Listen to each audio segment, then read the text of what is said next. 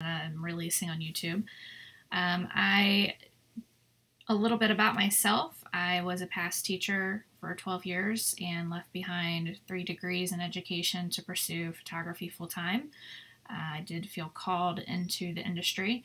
So about 5 years in, just recently, I was voted Best Family Photographer by Cincy Magazine, which still blows my mind, but I believe I actually got the award for my work with seniors more so than family sessions. However, today we're going to be looking at a family session.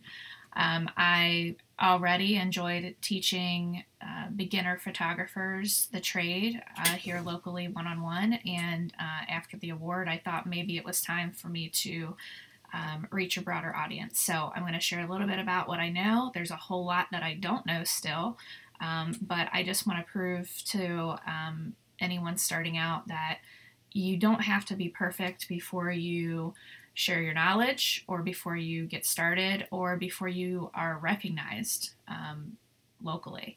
So I just want to encourage you to just keep putting one foot in front of the other and just keep learning. Winning this award actually made me seek out and want to learn even more because I felt like I needed to earn that award. So I feel like if I'm going to be named Best Family Photographer, I need to be the best family photographer, even though I believe the award came from my senior aspect of things. So today's video is just going to walk you through a gallery of a session I recently did, and I'll kind of explain since you couldn't be at the session, I'm sure I'll do behind the scenes at some point. I want to show you kind of how I start and what the flow of posing is. That was something I really struggled with, so I just wanted to put this out there to help others.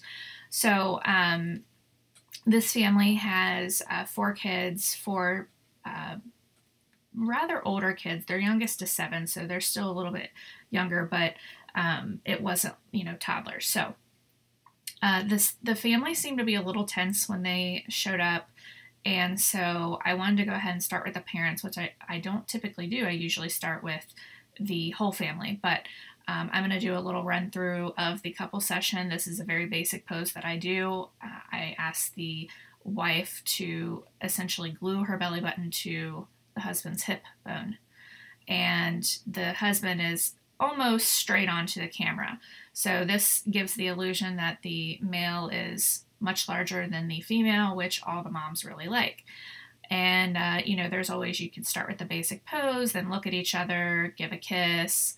Often I'll tell the guy to whisper something in her ear that the kids aren't allowed to hear, and then that usually provokes her to giggle. So moving on our way back to my backfield, this is actually my property, we passed the swing. So I just went ahead and did individuals, even though that's also not what I usually do. And since I did the girls, I figured I should go ahead and do the boys, so I didn't forget about him. So once we got to the backfield, I went ahead and set up a shot for their son. I always ask the parents if they need an updated headshot, in which most cases they do. So I went ahead and snapped those real quick, and I moved on to the whole family session. So I start with a standing shot in most cases. It's just more comfortable. They're still getting into this. So you go ahead and set everybody up. It is kind of like an art piece. So you are looking at all details and trying to create nice angles and curves with the body. I always try to create triangles. It makes the photograph more interesting.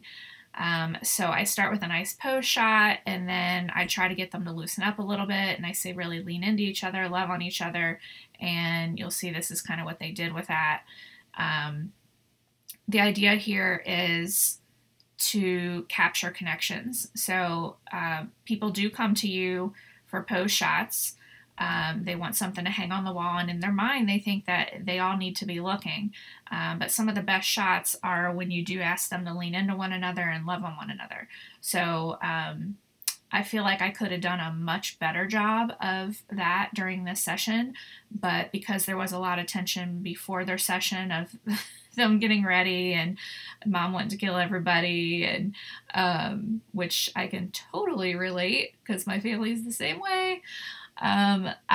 It was a little difficult to get them to interact with one another. I was a little more nervous about it. So it was really me, not them at that point. All right, so moving on, I went ahead and removed the parents, got some of the kids, again, snuggle in, love on each other, and then I moved on to a sitting pose with the family. I kind of dropped the ball here too. I usually get them to interact, asking them a couple of questions about their family, maybe like, who is the best, tell me who the best hugger is, and tell me who has the stinkiest feet, and who's the grumpy pants in the family. And usually through a series of questions, the family will laugh about these things, and those make for some great shots. So next I moved on to the parent with all the kids. So I went with mom and all the kids, and dad with all the kids, and there were other shots too, but I just narrowed it down. This is a narrowed down gallery. I've already removed the ones that I'm not delivering to them.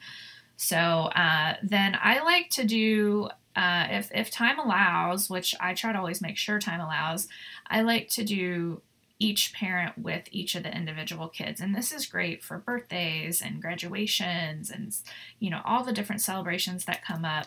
And then as the kids get older, they really value these pictures too. So they're going to want to use them for Mother's Day and Father's Day. And it's just a great addition to have. It may not seem important in that very moment, but once they look at their gallery, they're always excited to have those pictures.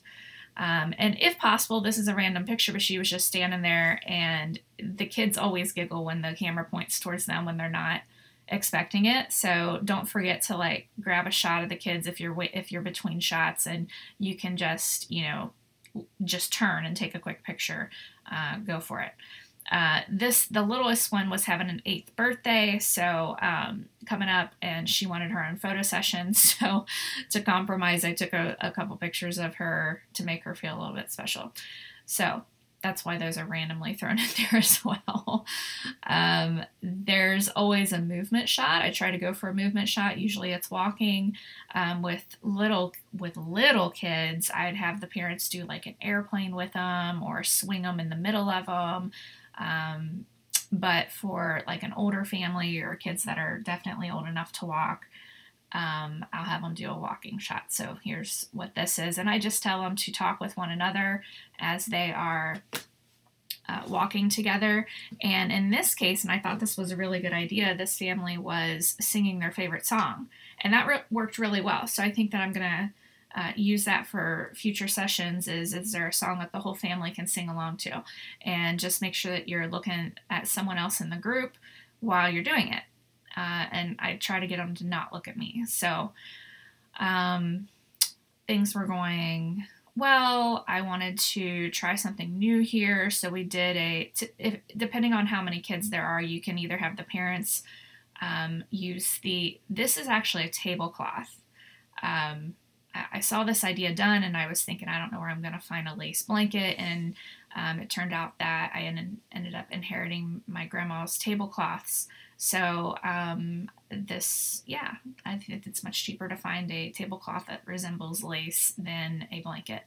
So kind of like almost like London bridges, but you just tell the kids to run under it and hold hands while they're doing it, and these are some of the effects that you get. Since it was my first time doing it, I quickly realized that being down on the ground and shooting kind of upwards and really close to them with a wide angle was the best way to go about this. I am going to list my equipment in the description box. Most of my pictures in this session were taken with a Sigma 135, but this shot right here with the tablecloth, I was up very close and pulled back with my, I want to say it's a 24-70, but I could be wrong about that. So I'm going to list the exact lens in the description box below. I shoot with a Mark 5D4, so I'll put that as well. And I might list a few other things that are some of my favorite equipment items or things to have in addition at a session, whether I use it for every session or not. There are a few things in my bag that I carry to every session in case I need them. So I hope this gives you a good idea of the flow of a session. I would love to answer more questions. I know that being at the beginning of this, I had a ton of questions as a new photographer, and I sought answers to those with other mentor photographers in my life. So I really would love to be that for anyone out there that doesn't already have that.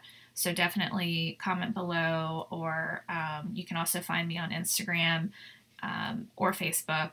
It's at Jennifer Lynn Pictures. You can message me there, and I'd love to hear from you. So hope this was helpful. Have a great day.